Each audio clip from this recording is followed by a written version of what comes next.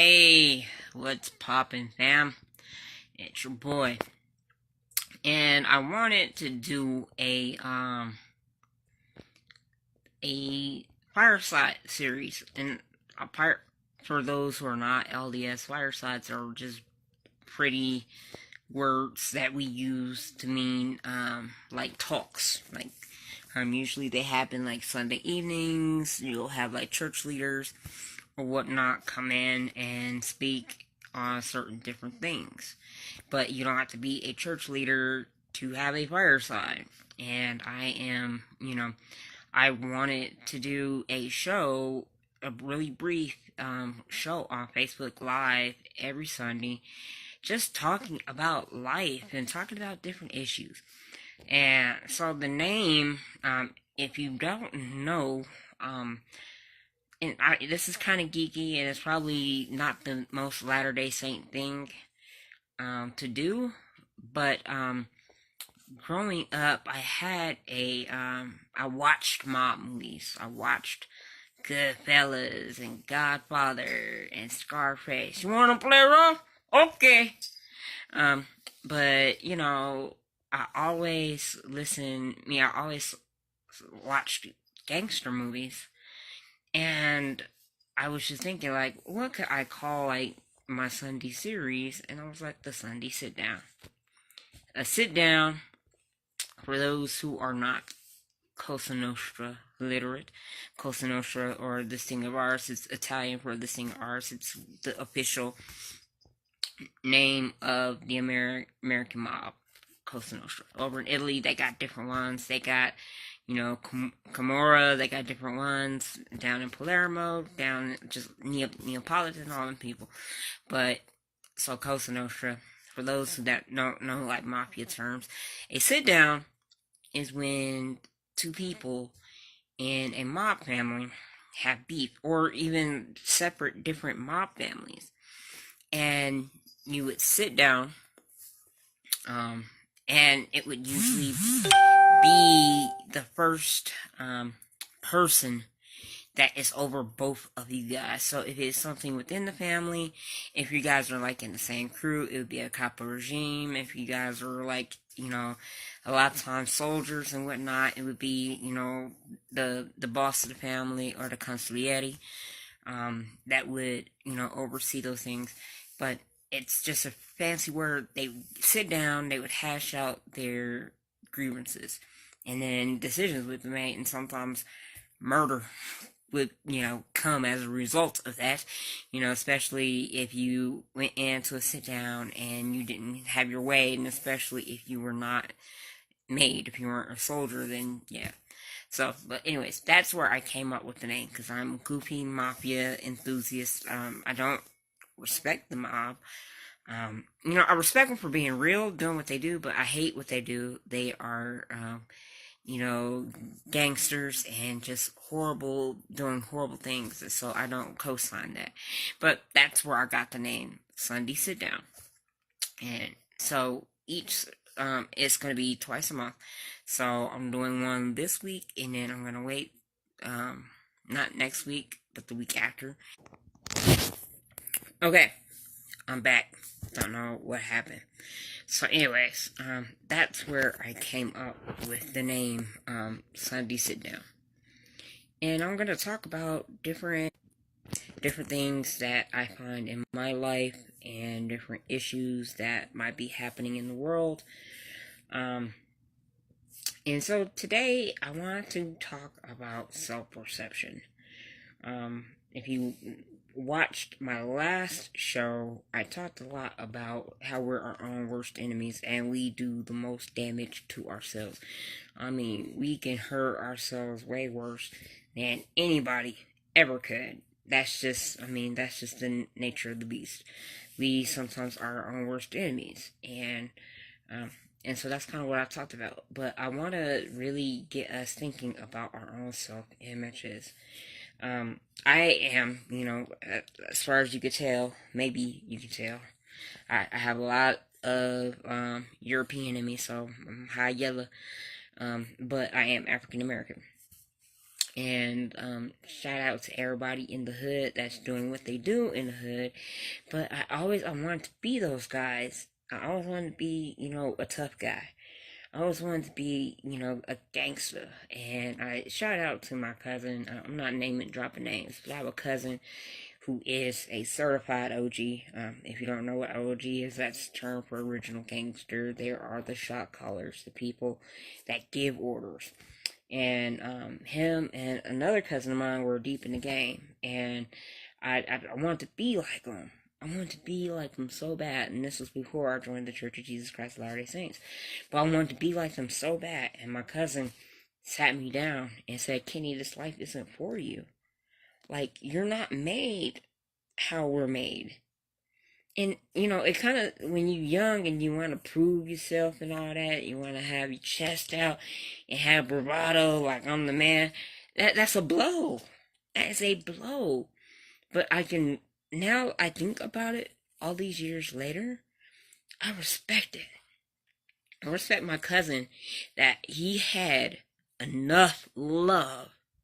And I love this dude. This is my favorite cousin. If you're a part of my family, then you know who I'm talking about. But it's not everybody business, ain't everybody business. You don't, the right hand don't let the left hand know what the right hand's doing. So it ain't my business to put his name out in the street and cause, any kind of trouble for him. But, so if you're my family, you know who I'm talking about. But it was genuine love. Because if he didn't love me, he could have made me into a crash dummy. I was very smart. I could have, been a white-collar criminal because I had the hacking skills and I had, the idea. I had the brain. I could have been a bad person. But my cousin had enough genuine love where he was like, "No, this life isn't for you." And I had to battle that. And I found myself battling that this week. Because I'm sitting here, I was really looking at my life, even though I'm trying to be positive. But it's been a week of some blows. My wife in the hospital 2 times, admitted 2 times. Myself having health issues. And then last night, in the middle of my health issues, my mom had to get carried out by ambulance. I had to call the ambulance for her. She lives in an apartment next door to me, so I watch out for my mom. And it just seemed like everything just piling up on me, and I really looked at some family, and I was like, why am I not like these guys? I look at my family, shout out to my family, I love them all. I got cousins younger than me that got, shout out to my cousin that turned 21, this weekend, shout out to her, mad love to you, and mad love to your pops, and he probably might end up watching this and he knows who he is. But I sat there and I felt bad because I looked at all my cousins, they had kids that are grown. I mean, he has a daughter that can sip legally. And I'm like, I don't have kids. I don't have a huge family. And I always, and sometimes that makes your self-perception, you start hating yourself. And I'm sitting here like, why, Lord? Why? Why is my life so different? Why do I have to be so different? And I don't understand it 100%. But the Lord, and today, because I've been, at the hospital, a long time with my mom yesterday, and not really sleeping well because my own health things, and that's why I wasn't in church. Sorry, y'all, but I will be there next week. But, all this stuff that I've been dealing with, and it's just been blow after blow after blow after blow, and I just sat there and I said, why am I not like my other family members? Why am I so different? And that self-hate try to creep in. I'm a cheesy, corny, off-brand church boy. And, and that was kind of like, to me, those are good things. It's good to know the Lord. It's good to go to church. It's good to be, not criminal, to be off-brand, to be different. Those are great things. But Satan want to put that bug in your ear like, like those things are horrible.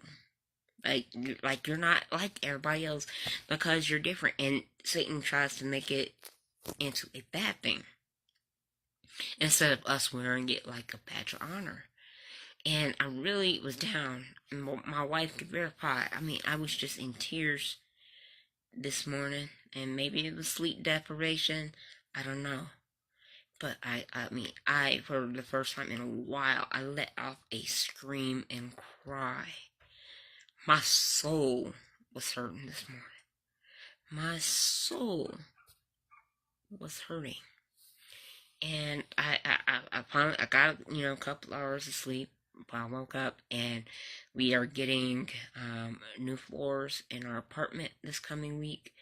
So, because we're getting new floors, we have to move everything out from our hallway closet. It's like a pantry hallway closet, and like I feel like a packed rat because I'm a right straight up porter, and I needed to do some cleaning, and so I started cleaning, and I started, I'm taking stuff down to the trash.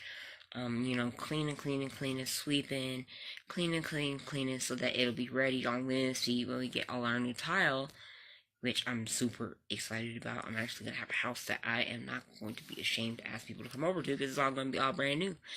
But, I was praying. I said, God, why? Why am I different? And revelation kind of came in, and I'm so grateful. And that's why I want to make this video, because when I get down on myself, I want to reflect back. This isn't just for y'all. This is for me. This is a reminder.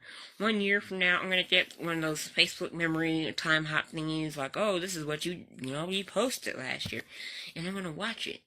And it's going to help me to remember. And if y'all see me not happy with who I am, who God made me to be, point me to this video. Like, hey, Kenny, you remember that video you did, the very first Sunday Sit-Down that you did? Be on it. Watch it. But, I was wondering, like, why, God? Why am I so different? Why am I geeky, dorky church boy? Why? Why don't I have kids? Why? Why am I not balling? Not rich. And you know what? God spoke to me some things. God told me, and this is clear as day. First thing, he said, you're not alone. You're not alone. There are plenty of other people who are doing positive things in your family that are not up to the negative. Like my cousin Edie, who's an amazing artist. She, been working for a long time. Shout out all my cousins that were, certified gangsters. They're all out of the game. They all work. They got wives and children. They're doing great things. I have cousins that are in college excelling. I have a cousin that was an officer in the United States Navy on a submarine. I don't get it, because dude tall as heck. I mean, like Yao Ming tall, Shaq Diesel tall, but he was on that sub doing his thizzle. I have plenty of people in my family, and Satan don't want you to see that. Satan want to make you think that you're isolated, that you're all alone. So that's number one that I learned. We're not alone. Lesson number two. God was like, I placed you, your cousin Edie, your cousin Jerry, who is, like I said, was in the Navy, all of my different cousins. I placed y'all in this family because y'all are going to be lights. You're going to be a light. When my family needs prayer, I don't want them guessing if I'm real, if I'm really a Christian, if I'm really real. Don't nobody want no prayer from no lukewarm, faking and shaking Christian. When people want prayer, when I want prayer, I don't reach out to everybody. When I need a blessing, I don't reach out to everybody. I have certain people that I know are real, and I ask those people like my Bishop Brandon, I will call him quick, fast, and in a hurry. My good friend Joseph Santoliano used to live in this building. Man of God, I'll call him in a hurry. Brother James Moffat, I'll call him in a hurry. Dr. Orman, I'll call him in a hurry. Anybody from the bishopric. So, Jim, Brother Harris, I'll call him in a hurry. When Doc Gibbons was alive, I'll call him. Rest in peace, Doc. He just passed away. But I don't call just any old body. And can't anybody, God said in the New Testament, put your hands upon no man suddenly. Which means, I think that there's really, and this ain't official church doctrine, this is Kenny doctrine, but this is also probably a big, prevalent belief in the evangelical circles, is that spirits can pass through hands. So I don't ask for anybody to just lay hands on me. Nah, partner, if you're not, and I don't need you to be perfect. So take that, throw it away. I don't call upon those people because those people are perfect. They all are human. All got flaws. But I call them because I know that when they come and they give a blessing, they're going to be worthy.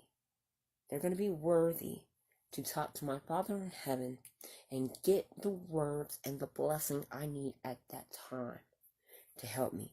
So, like I said, can't everybody put their hands on me. Sorry, partner. If I need prayer, there's only certain people in the church I call. Sister Musta, I'll call her. Not call, more Facebook. Sister Elise, Michelle Warren, Tom Reed, Yehosh Bonner, my favorite therapist, Zaklube, Jackson Van. I have people in the church, my buddy, my brother Leon, my boy Eddie Montalvo, who baptized me. There are certain people I will call for prayer. And you don't even have to go to my church. I will call my aunt and uncle for prayer. I will call Mom and Pop Richie for prayer. Because I know, even though they're not in my church or have my exact beliefs, I know that they're really trying to serve God. And so, I know my Father in heaven hears them. But God, anyways, sorry to be on a tangent, but God was sitting here telling me, He's placed lights. We can't all be the same. When my family are going to need somebody, they want to know, can I get a message through to my Father in heaven? If they need a blessing, if I lay hands on them, am I going to bless them? Am I going to be led by the Spirit? We can't all be the same. And God gave me my own unique struggles, and I'm a sincere believer. And that's also why I had to jump on here for the Sunday Sitdown, my first ever Sunday Sitdown. It's because I really do believe that God is getting ready to do amazing things in me and Rachel's life. God is blessing my travel business. Landed a major contract that is going to be, 6 figures.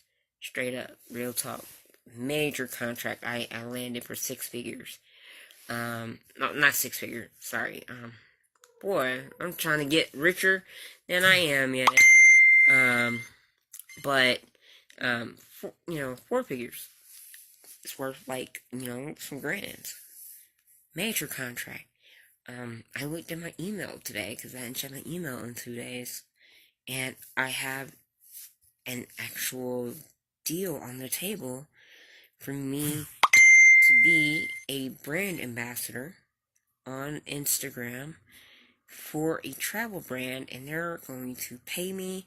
They're going to help promote my channel, my Instagram, and possibly get me the hookup to where I can get me a new camera. God is getting ready to do amazing things. We're getting ready to travel. God, we don't always understand why we're living the lives that we're living. And sometimes we're in this sea voyage, and I liken it to a voyage on the sea. A lot of times we're on this sea voyage, and we're not knowing why we're on this voyage. We're not knowing what we're going to do. Sometimes, and this is real, sometimes God will have you jump and then the net will appear. Catch that. Catch it. When a bird learns how to fly, that mother bird pushes that baby out of the nest. Ain't no net. Ain't nothing there. Them babies don't even know that they can flap their little wings and fly. It's do or die time. Either they gonna fly or crack into somebody's windshield or on the ground, good, dead, R.I.P. But they get the wings and they start flying. That is how babies in the wild learn how to fly. They don't know. They have to jump and then the net will appear. So guys, I really am saying this because I really want to remind myself of this. That sometimes in our life we don't understand why we are the way we are, why we're going through what we're going through, and where we're going. So those three things a lot of times we don't understand. But God said in Romans 8:28, all things work together for good for those who love the Lord, who are called according to his purpose. That means everything. The good, the bad, the ugly. It all works for your good. And we don't understand. We don't understand how certain things are really working for our good. We don't know. We don't know. Jump, and the net will appear. Sometimes you just have to take that step of faith and trust God. Trust your Father in heaven that he's not going to let you fall. And even if you did fall, there's a purpose to it. See, I like, the Old Testament. And I really like the stories of Daniel and his three partners, his three compadres, Meshach, Shadrach, and Abednego. I love the stories of these four men because they defied the king of the area. And not only the king of the area, but Babylon at that time was the largest empire on earth. So think about like us tripping with Trump. Or, tripping, back in the day with Caesar. Somebody that can squash you like an ant. These are the people, that these four boys had beef with. And it's because they wanted to follow their God. So, Meshach, Shadrach, Abednego, we ain't gonna worship you, homie. Not gonna do it. And the king, because he said it, and back in those days, you can watch a lot like I like the Ten Commandments, the long Charlton Heston movie. But, there's something that the pharaohs always would say, like, so let it be written, so let it be done. Kings couldn't go back on their word back in those days. I don't know why. That's just the way that the place was. Personally, if I'm the king and I want to go back on my word, I'm the king. I do what kings do, whatever I want to do. But, anyways, and these three Hebrew boys, when they were looking at the furnace, they looked at the king, and they said, King, our God is with us, and he is fully able to deliver us from this fire. Now, I love that, but what they say next is what I really love. Though our God is with us and he's able to deliver us from this fire. But even if he don't, we're not bowing the knee. You know what that means? They're saying even if we go up in this fire and burn up to death in the most excruciating, horrible, horrifying way, we still ain't serving your false gods. And they went in there. They didn't know. The net wasn't there. Jesus wasn't in the fire before. Well, I take that back, because Jesus could have been in the fire before they got in. But they didn't see it. They couldn't see God in the midst of working it out. Beforehand, they went into that furnace, and it got turned up. And then Christ was there with them. They jumped, and then the net appeared. like Daniel. Daniel's another writer, like Meshach, Shadrach, and Abednego. I mean, he got caught up by the law because he refused to stop praying to God. He was, the king was sorrowful. He had to throw his boy, Daniel, into the lion's den. And Daniel didn't see God in there. He didn't look in there and was like, oh, I see God in there, so I'm going to go run up in there. He didn't know that God was going to deliver him. But he was resolved that even if those lions tore him piece from piece from piece, that God had a reason for it. And so he went up in there. And God used it for his good. How? Because when he came out the next day, those 3 haters that was hating on him, they got thrown into the lion's den and got ate up. And then Daniel was pretty much made second man in the kingdom, second most powerful man in the kingdom. Worked to his good. And it keeps going on and on and on. Little shepherd boy David fighting a giant. Goliath was a giant of a man. Think about like Gary Coleman fighting like Yao Ming or Dolph Lundgren or somebody big, stocky, and tall. Okay? Think about it. And David said, you know what? My God is with me, and I'm gonna slay you, Philistine. And took that stone and slung them around. Let that sling go. Struck dude in the head. Went over, cut his head off with the dude's own sword, with Goliath's own sword. Did he know that God was going to deliver Goliath into his hands? No. It was faith. Faith activated these miracles. Time and time again, we see miracles that happen in the Bible. And the base qualifier is faith. God will do for you what he did for Daniel, Meshach, Shadrach, Abednego, David, anybody.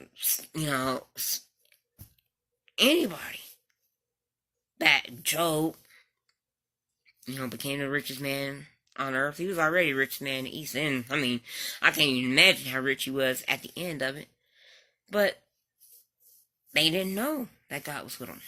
So guys, I just hope that this week that I can encourage you guys to walk in faith, even though things get tough and we don't necessarily see God at work. He is at work, and I have to remember that myself, and that's something that I have to just constantly fight myself to make sure. Thank you so much for listening. Take care. God bless. See you in... Well, I'll be doing Kenvincible shows next week, so y'all, if you're watching this on YouTube, you'll see me next week. Facebook, you'll see me next week, doing these things, but as far as the Sunday Sitdown, it won't be next Sunday, but the one after. Twice a month. So, I'll see y'all then. God bless.